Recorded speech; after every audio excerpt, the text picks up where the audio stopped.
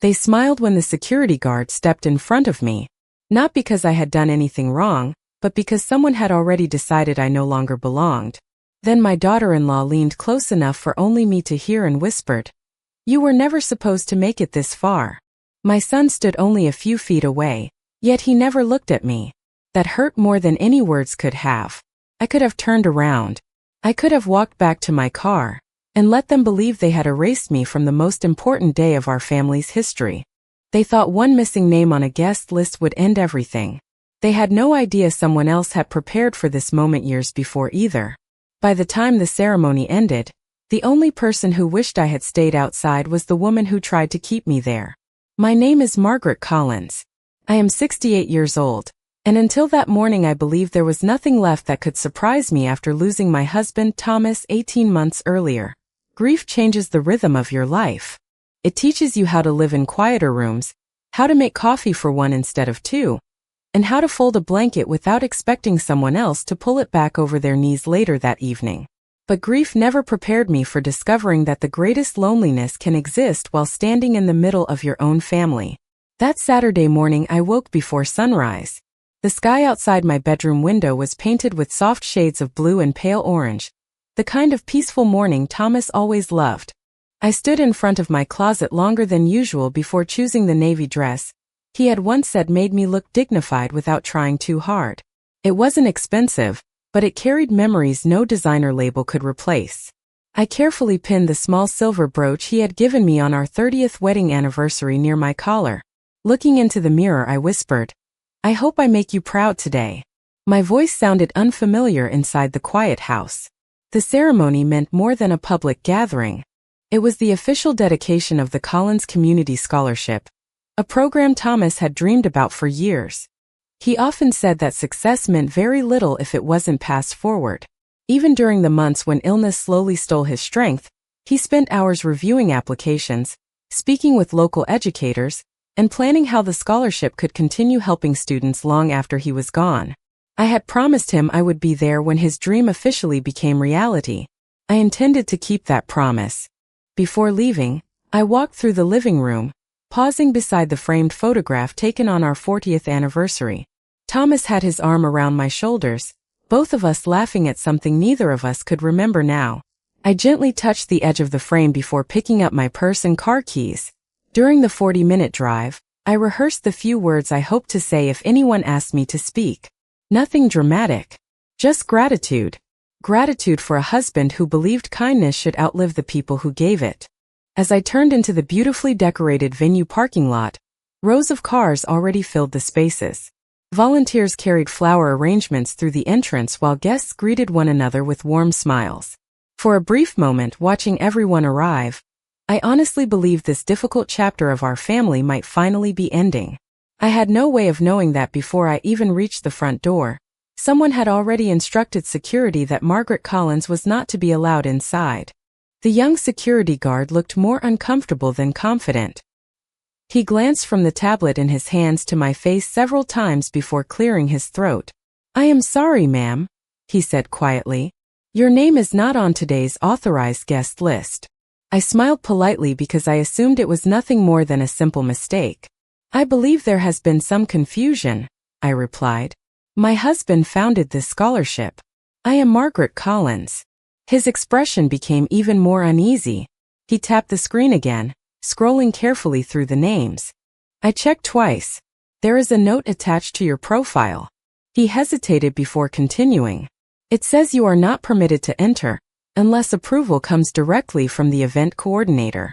Those words settled over me like cold rain. Not forgotten. Not overlooked. Deliberately excluded.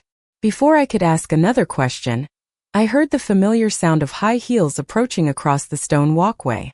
Vanessa appeared beside us wearing an elegant cream-colored dress that matched the decorations inside the venue. She looked flawless. Every strand of her blonde hair was perfectly arranged, every movement calm and rehearsed. If anyone had looked at her from a distance, they would have seen the picture of a gracious hostess. Only I noticed the satisfaction hidden behind her smile. "Margaret," she said warmly enough for nearby guests to hear. "I was hoping someone would explain the situation before you became embarrassed." The choice of words was deliberate. She was not trying to comfort me. She was announcing to everyone within earshot that I no longer belonged. I kept my voice steady. There must be some misunderstanding. She folded her hands in front of her. Not at all. We decided it would be better if today remained focused on Thomas and the scholarship rather than unnecessary emotions. I studied her face carefully. There was no anger, no frustration, only quiet confidence. The confidence of someone convinced she had already won. I asked. Her eyes shifted briefly toward the entrance. I followed her gaze until I found my son Ethan speaking with several local business leaders near the registration table. He laughed politely at something one of them said. For several long seconds he never looked in my direction. Finally, as though he sensed my eyes on him, he glanced toward us. Our eyes met. I waited for him to walk over. I waited for him to tell security there had been an awful mistake. Instead, he gave Vanessa the smallest nod before turning back to his conversation. It was barely noticeable, but I saw it clearly. My own son had chosen silence. Strange how disappointment changes with age. When I was younger, heartbreak felt loud. At 68, it arrived quietly, almost politely, slipping into your chest without warning. I realized I was no longer standing outside a building. I was standing outside the family I had spent decades trying to hold together. Vanessa stepped closer and lowered her voice. Please do not make this more difficult than it has to be. Everyone inside is here to celebrate. Let them have that. Then she smiled again, the same pleasant smile she reserved for photographs and charity dinners, before turning toward the entrance as though the conversation had already ended. I watched the doors open behind her as guests disappeared into the beautifully decorated ballroom one after another. Somewhere inside, Thomas's dream was about to begin without the one person who had promised never to let it be forgotten. I tightened my grip on my purse, took one slow breath, and looked toward the parking lot. For a brief moment, leaving seemed like the easiest choice. Then I remembered something Thomas had once told me during one of the hardest seasons of our marriage. The truth has remarkable timing, he had said with a quiet smile. It almost never arrives early, but it is never truly late. At that moment, I did not yet understand why those words suddenly echoed so clearly in my mind. I remained where I was, not because I had nowhere else to go, but because something inside me refused to leave before I understood how everything had changed so completely. Guests continued walking past me toward the entrance. Most offered polite smiles without realizing what was happening. A few recognized me immediately. Their expressions shifted from warmth to confusion as they noticed I was standing outside instead of greeting visitors inside the ballroom. One elderly couple slowed their pace. I had known them for nearly 20 years through Thomas's charitable work. The wife started to wave before glancing toward Vanessa, who responded with a subtle shake of her head. It was almost invisible, a movement lasting less than a second, yet it was enough. The couple lowered their hands and quietly continued inside without saying a word. That tiny exchange hurt more than an argument ever could. It reminded me that people often choose comfort over courage when they sense conflict. I looked through the large glass windows facing the entrance hall.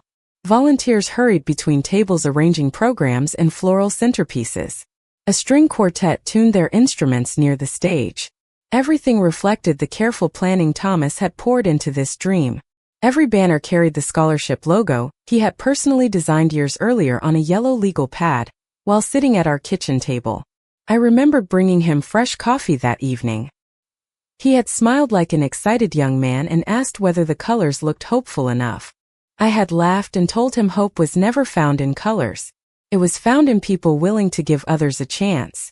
He kissed my forehead and said that was exactly why he needed me beside him.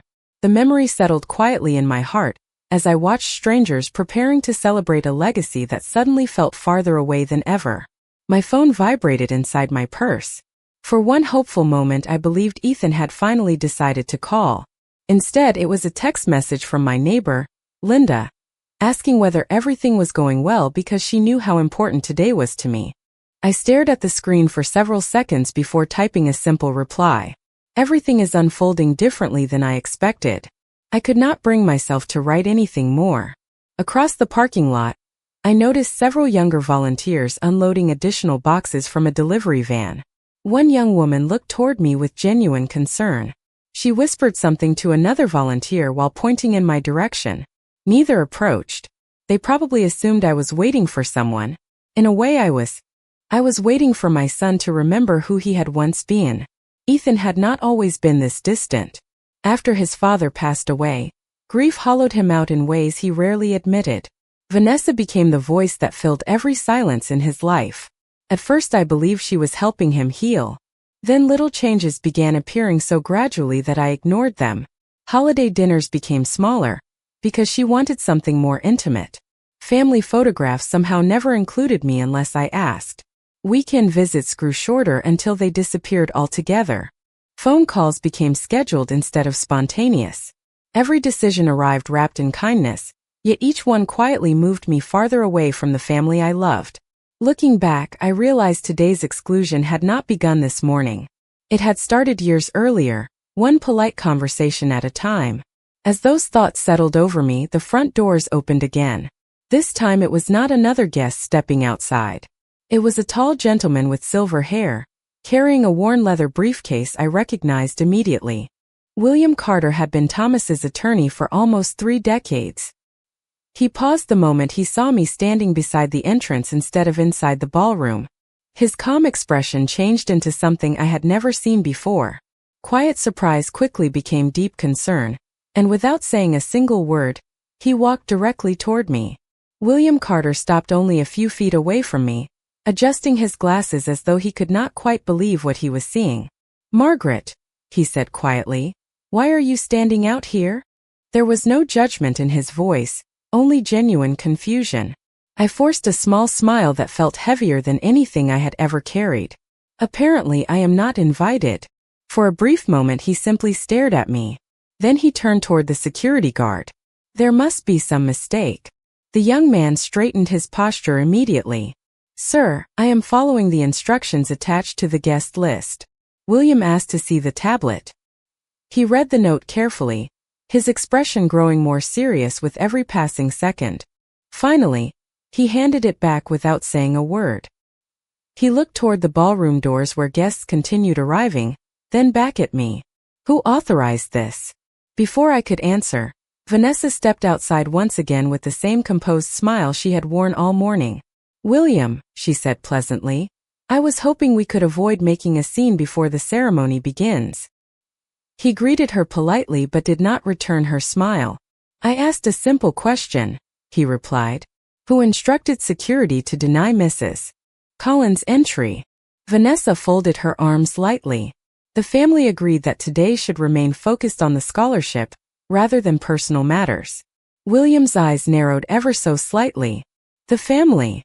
She nodded with complete confidence. "Ethan and I made the decision together." Hearing my son's name spoken so casually made my heart sink once again, but William did not appear satisfied. Instead, he asked another question that seemed almost ordinary. "Has Ethan personally spoken with his mother this morning?" Vanessa hesitated for the first time. "He has been busy greeting guests." William remained calm.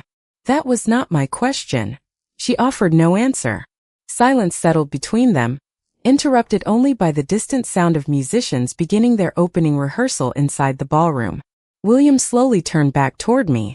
"Margaret, did Thomas ever tell you why he insisted I attend today's ceremony?" I shook my head. "He only said you would know what needed to be done if anything unexpected happened." William released a slow breath, almost as though he had hoped those words would never become important. "That is exactly what I was afraid of." I searched his face, suddenly aware that he seemed far less surprised than concerned. "William," I asked softly, "what did Thomas expect?"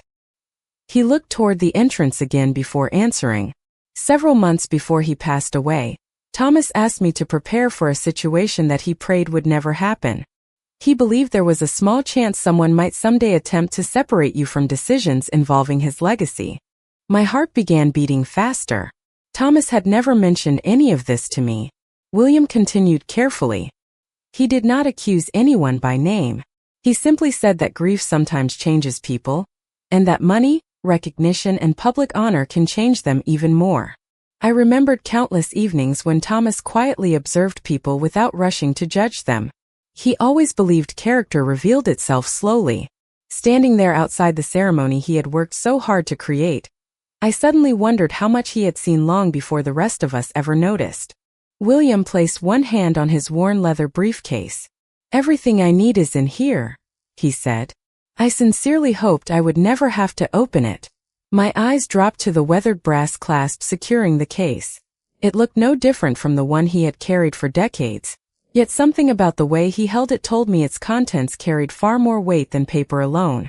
Inside that briefcase rested whatever Thomas had entrusted to him, and for the first time that morning, I realized the story Vanessa believed she had already finished was only beginning to unfold. William rested the leather briefcase against the stone bench beside the entrance but did not open it. Instead, he checked his watch with the patience of someone who understood that timing could matter just as much as truth itself.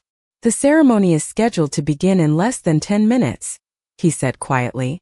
"If I act too early, they will dismiss everything as unnecessary drama. If I wait until the proper moment, no one will be able to pretend they did not hear." I looked through the glass doors again. Guests were taking their seats while soft music drifted into the lobby each time someone entered. From where I stood, I could see the stage decorated with white flowers and a large photograph of Thomas smiling exactly the way he always did when discussing the scholarship. My heart tightened. He deserved a day filled with gratitude, not division. William seemed to notice the sadness on my face. "Margaret," he said gently, "do not confuse dignity with surrender. They are not the same thing." Those words settled deeply inside me. I had spent most of my life believing that keeping peace meant remaining silent. Thomas often admired that quality, but he also reminded me that silence should never become permission for others to rewrite the truth. As we stood together, Ethan finally emerged from the ballroom. He walked briskly toward us, adjusting the cuffs of his dark suit with nervous hands. "William," he said, forcing a polite smile, "I did not know you had arrived." William nodded. "I have been here for several minutes." Ethan's eyes shifted toward me only briefly before returning to William. "We are about to begin. Everyone is waiting. Including your mother," William replied calmly. Ethan inhaled slowly. "This situation is complicated." I searched my son's face, hoping to recognize the little boy who once reached for my hand every time we crossed a busy street. Instead, I saw a tired man avoiding the one conversation he knew he should have. "Complicated," I repeated softly. "Is that what this is?" He looked down for a moment before answering. "Vanessa thought it would be best if emotions stayed out of today's event. She believes people should remember Dad's accomplishments instead of focusing on family disagreements." I almost smiled at the irony. There had never been a family disagreement until someone decided I should be excluded. "Ethan," I asked quietly, "did you ever ask what I wanted?" He opened his mouth but no words came. The silence answered the question more honestly than anything he could have said. William reached into his jacket pocket and removed a folded envelope, still sealed with dark blue wax bearing Thomas's initials. Even after all those months, seeing my husband's handwriting across the front nearly took my breath away. Written in careful script were only a few words. To be opened only if Margaret Collins is prevented from participating in the dedication ceremony. Ethan stared at the envelope as the color slowly drained from his face. "What is that?" he whispered. William held it carefully but did not hand it over. "Your father prepared this with me 6 months before he passed away. He instructed me to safeguard it until this exact condition was met." Ethan looked genuinely shaken. He expected something like this? William answered with complete honesty. He hoped he was wrong, but he believed hope should always be accompanied by preparation. Before anyone could speak again, the Master of Ceremonies announced through the ballroom microphone that the program would begin in 2 minutes. Applause echoed inside the building as guests settled into their seats. William slipped the envelope back into the briefcase and closed the brass clasps with quiet determination. Then he looked directly at me and said, "Margaret, when those opening remarks are finished, everything is going to change. The truth has waited long enough. It is finally time for your husband to speak." The opening remarks had already begun by the time William and I reached the entrance again. Through the tall glass doors I could hear the Master of Ceremonies welcoming community leaders, teachers, former scholarship recipients, and local families. Every sentence honored Thomas's generosity, and every word reminded me why I had promised never to let his dream become anyone's personal trophy. William placed one hand on the door handle but did not push it open immediately. "Stay beside me," he said quietly. "Whatever happens next, allow the facts to speak louder than emotions." I nodded. My heart was racing, yet an unexpected calm settled over me. I had spent the last hour wondering how I would defend myself. Now I realized I did not have to. Thomas had already done that. We stepped inside together. A few guests near the entrance turned their heads in surprise. Some smiled with relief when they saw me, while others exchanged uncertain glances after noticing William carrying the familiar leather briefcase. At the front of the ballroom, Vanessa stood near the stage beside Ethan, welcoming applause with graceful confidence. She looked completely certain that the day was unfolding exactly as she had planned. William walked directly toward the event coordinator, a middle-aged woman named Denise whom I recognized from months of scholarship planning meetings.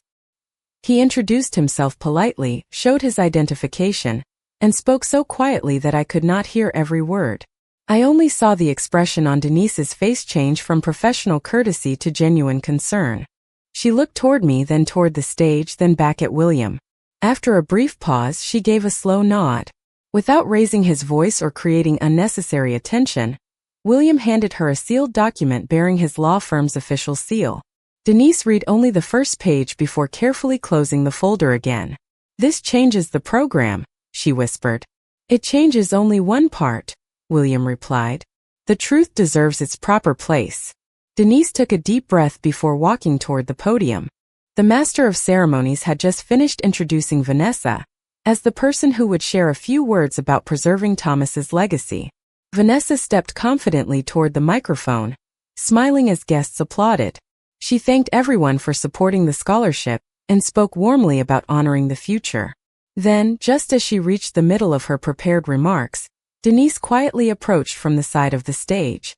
She leaned close enough to whisper something into Vanessa's ear. I watched the smile disappear from Vanessa's face almost instantly. She looked confused, then frustrated, then toward William standing calmly near the center aisle. Denise gently asked for the microphone. The room grew unexpectedly quiet. "Ladies and gentlemen," Denise said with measured professionalism, "before we continue, I have been informed that there is a legal instruction left by Thomas Collins specifically regarding today's dedication ceremony. As the event coordinator, I have been advised that this instruction must be acknowledged before the program proceeds." A wave of whispers moved through the audience. Ethan stared toward William with visible uncertainty. Vanessa attempted to step closer to Denise, but Denise politely held up one hand. "I am sorry," she said softly. "These were Mr. Collins's written instructions." William walked forward without rushing, his footsteps echoing gently across the silent ballroom. He placed the worn leather briefcase on a small table beside the podium and slowly released the brass clasps. The sound seemed louder than it should have in a room where hundreds of people had stopped speaking at once. He removed the familiar envelope sealed with dark blue wax and held it carefully in both hands. Every eye in the ballroom followed that single envelope. Thomas's handwriting was unmistakable even from several rows away. William looked across the audience before speaking in a calm, steady voice. "Thomas Collins instructed me that if Margaret Collins was ever prevented from participating in this ceremony, this letter was to be opened immediately and read aloud in the presence of every guest." The silence that followed was so complete that even Vanessa seemed to understand the ceremony no longer belonged to her. William carefully broke the dark blue wax seal without rushing, almost as though he understood that every second carried its own weight. The room remained completely silent. Even the musicians lowered their instruments. I found myself staring at Thomas's familiar handwriting, and for a brief moment it felt as though he had stepped back into the room. William unfolded the letter with steady hands and began reading. "If these words are being heard today, then something has happened that I prayed never would. If Margaret Collins has been prevented from standing beside me in spirit during the dedication of this scholarship, then the people making that decision have misunderstood everything this foundation was created to represent." A quiet murmur spread through the audience before disappearing just as quickly. William continued, "This scholarship does not exist because of my achievements alone. It exists because my wife spent 46 years teaching me that generosity begins inside a family before it ever reaches a community. Every hour I devoted to serving others was made possible because Margaret carried burdens that no audience ever saw. She celebrated every success without asking for recognition, and stood beside me through every disappointment without asking for praise. If my name is remembered, hers deserves to be remembered first. My eyes filled with tears, but I refused to look down. Thomas had never spoken grandly in public. His greatest compliments were always quiet ones, offered when no one else was listening. Hearing his words now, before an entire ballroom, felt like receiving one final conversation I never expected to have. William turned to the next page. To my son Ethan, if you are present today, remember something I tried to teach you since childhood. Honor is not measured by the applause of strangers. It is measured by how faithfully you protect the people who loved you before you had anything to offer in return. Never allow convenience, pressure, or ambition to replace gratitude. If you ever find yourself choosing between public approval and your mother's dignity, choose your mother. I heard someone quietly inhale several rows behind me. Ethan lowered his head, unable to look anywhere except the floor beneath his polished shoes. William continued reading without changing his calm tone. I have also instructed my attorney that Margaret Collins shall remain the permanent honorary guardian of this scholarship and its founding principles. Any official dedication ceremony held without first recognizing her role fails to honor my intentions. Therefore, if she has been excluded, I ask that the ceremony pause immediately until she is welcomed with the respect she has always earned. Denise slowly closed her event program. Several members of the scholarship board exchanged astonished looks before one after another they began nodding in agreement. Everything Thomas had written was clear, respectful, and impossible to misunderstand. There were no accusations, no bitterness, only gratitude and unmistakable instructions. William lowered the letter carefully and looked toward the audience. No one applauded. No one spoke. Some guests quietly wiped tears from their eyes. Others simply stared toward the stage where Vanessa remained completely motionless. The confidence she had carried only minutes earlier had disappeared. She looked around the ballroom as though searching for someone to rescue her from the silence, but every face reflected the same realization. This had never been about controlling a ceremony. It had been about forgetting the very woman whose love had helped build everything they had gathered to celebrate. At that moment, without anyone saying a single harsh word, the truth had already changed the room forever. For several long seconds no one moved. The silence inside the ballroom felt almost sacred, as though Thomas himself had reminded every person present why they had gathered there in the first place. Then Denise stepped away from the podium and walked directly toward me. Her eyes were filled with quiet regret. "Mrs. Collins," she said gently enough for everyone nearby to hear, "on behalf of the scholarship board and everyone involved in organizing today's ceremony, I owe you a sincere apology. We should have verified the information ourselves. We would be honored if you would take your rightful place." She extended her hand, not to lead me as though I needed rescuing, but as a gesture of respect. I accepted it with a grateful smile. As we walked toward the front of the room, guests slowly rose from their seats. One by one, the entire ballroom stood. No one had instructed them to do so. The applause that followed was not loud or dramatic. It was steady, heartfelt, and filled with something far more meaningful than celebration. It was recognition. I caught sight of several teachers who had worked beside Thomas for years. They smiled warmly through tears. A former scholarship recipient placed his hand over his heart. Even some of the volunteers who had watched me waiting outside only minutes earlier now looked relieved that the truth had finally found its place. Ethan remained standing near the stage, his eyes fixed on me. For the first time that day, he walked toward me without hesitation. When he stopped in front of me, his voice was barely above a whisper. "Mom, I am so sorry." His words carried genuine regret, but they also carried the weight of choices that could not be undone simply by speaking them aloud. I looked into his eyes and saw not a cruel man, but a son who had allowed himself to drift too far from the values his father had tried to teach him. I gently placed my hand on his arm. "Your father always believed people could find their way back," I said softly. "The difficult part is deciding to take the first step." Tears filled his eyes as he nodded. He stepped aside without another word. Vanessa remained near the podium, her shoulders tense, her confidence completely gone. She looked as though she wanted to explain everything, yet no explanation seemed large enough to fill the silence Thomas's letter had left behind. I did not feel anger when I looked at her. Surprisingly, I felt something closer to sadness. It takes years to build trust and only moments to lose it. Public embarrassment would not restore what had been broken. William closed the leather briefcase and quietly returned to his seat. His work was finished. Denise invited me to the podium. As I stood behind the microphone, I looked across the hundreds of familiar faces waiting to hear what I would say. It would have been easy to list every disappointment of the past year. It would have been easy to defend myself.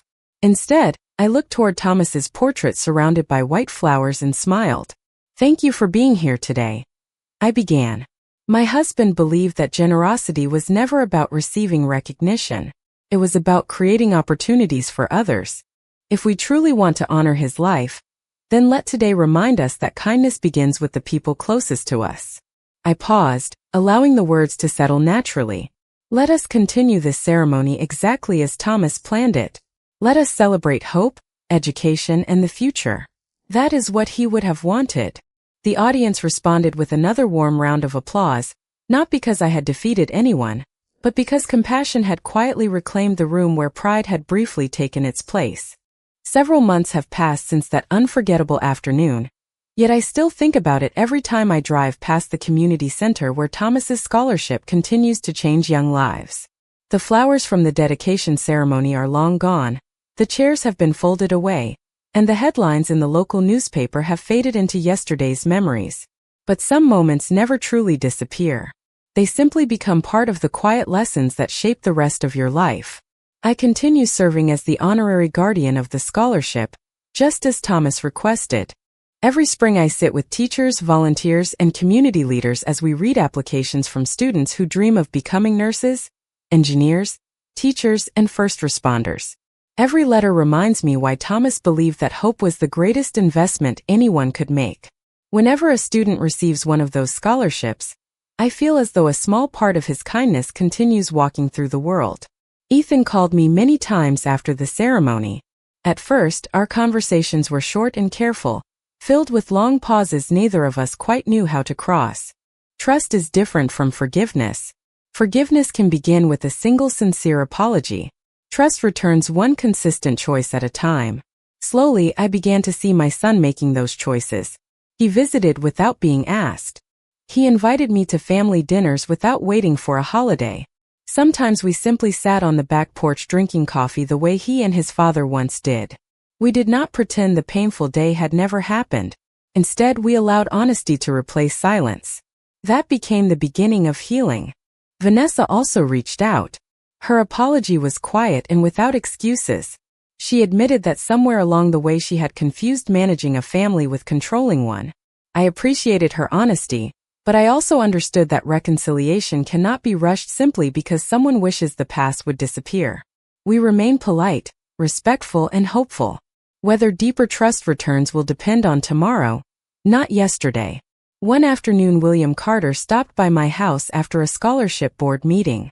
Before leaving, he smiled and said, "Thomas always believed the strongest people are not the ones who win arguments. They are the ones who refuse to lose themselves while everyone else is changing." I have thought about those words often. Looking back now, I realize the greatest victory that day was never the standing ovation, the public apology, or the letter that revealed the truth. Those moments mattered, but they were not the ending that stayed with me. The real victory was walking into that ballroom with my dignity intact and walking out with it still untouched. No one can take away your worth unless you begin measuring yourself by someone else's approval. Families are imperfect because people are imperfect. Sometimes those closest to us disappoint us in ways strangers never could. Even so, character is revealed not by how loudly we answer disrespect, but by how faithfully we continue living according to our own values. Thomas left me far more than a scholarship to protect. He left me a way of living that placed kindness above pride, truth above convenience, and quiet dignity above public revenge. That is the legacy I hope people remember long after they forget my name. And if someone listening to my story has ever felt invisible inside their own family, I hope you remember this. Respect cannot be demanded, purchased, or staged for an audience. It is earned through years of love, sacrifice, and integrity. Those who fail to recognize it may succeed for a moment, but truth has remarkable timing. It almost never arrives early, yet it is never truly late.